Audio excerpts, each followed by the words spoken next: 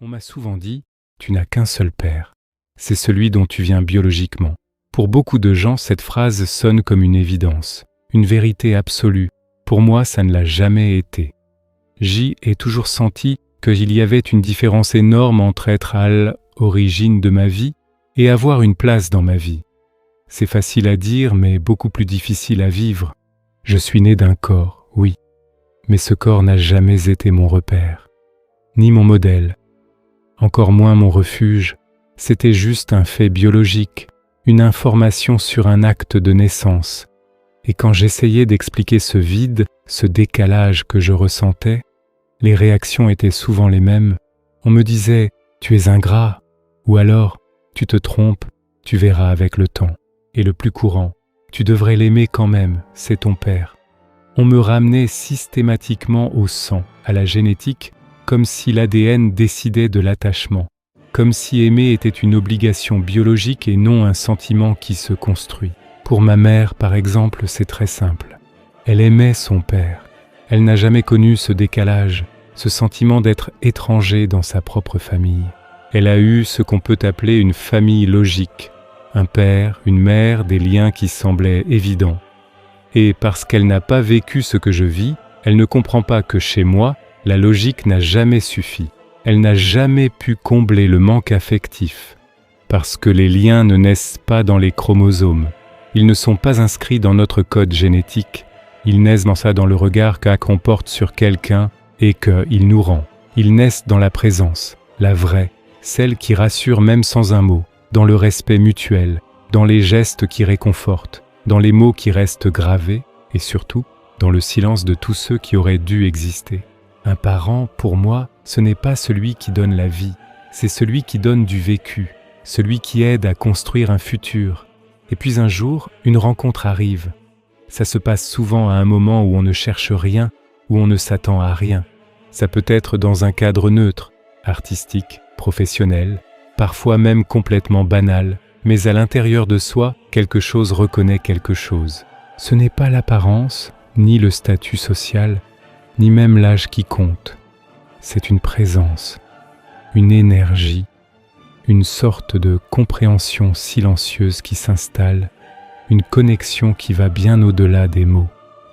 Quand j'ai rencontré Louis, je n'ai pas rencontré un monsieur ou un animateur ou un éducateur. J'ai rencontré un regard qui voit au-delà des apparences, une parole qui apaise quand tout est chaotique à l'intérieur, une posture qui ne juge pas, qui accueille ce que je suis sans vouloir me changer. J'ai rencontré un cœur qui écoute, même et surtout quand je ne trouvais pas mes mots pour dire ce que je ressentais. Et sans que je le décide, sans que je le prévoie, c'est devenu différent. Ce n'était ni juste amical, ni juste paternel au sens où on l'entend. Ce n'était pas non plus amoureux, c'était un mélange unique, une alchimie. C'était comme si deux amours fusionnèrent en un seul. Un amour qui ne demande rien en retour, mais qui, pour moi, signifie absolument tout. Aujourd'hui, ça fait presque 10 ans. 10 ans depuis mon premier mot, depuis cette déclaration un peu étrange et maladroite, j'imagine, mais tellement sincère. 10 ans où je lui ai dit qu'il comptait pour moi comme un père. Entre-temps, j'ai beaucoup changé. J'ai grandi, j'ai évolué. J'ai surtout compris que mon cerveau fonctionne différemment. On a posé des mots sur mes ressentis, autisme, TDAH, hypersensibilité. Et soudain, beaucoup de pièces du puzzle de ma vie ont enfin trouvé leur place. Je n'étais pas fou ou bizarre. Non, je ne suis pas excessif. Je ressens juste les choses beaucoup plus fort que la moyenne. Non, je ne suis pas dépendant affectif. Je m'attache simplement de manière très intense quand le lien est authentique. Et ça ne se guérit pas, ce n'est pas une maladie. Ça s'apprivoise, ça se comprend et ça se transforme en une force. Malgré tout ça, on m'a encore et toujours renvoyé à la biologie, comme si la nature avait toujours le dernier mot, comme si l'âme n'avait rien à dire dans l'histoire. Mais je crois profondément que nous n'arrivons pas sur cette terre juste avec un corps et un bagage génétique. Je pense qu'on arrive avec des leçons à apprendre, avec des rencontres qui sont prévues sur notre chemin, avec ce qu'on appelle des familles d'âmes. On ne choisit peut-être pas le corps dans lequel on est, ni la famille biologique qu'on nous attribue, mais parfois, on a la chance de reconnaître les cœurs qui sont faits pour battre au même rythme que le nôtre. Alors oui, j'ai un père biologique. Une personne qui existe quelque part. Mais je ne m'y suis jamais trouvé. Je n'ai jamais senti de connexion. J'ai essayé pourtant. J'ai respecté. J'ai joué le rôle qu'on m'imposait, celui du fils. Mais c'était sans amour, sans identification, sans aucune vérité intérieure.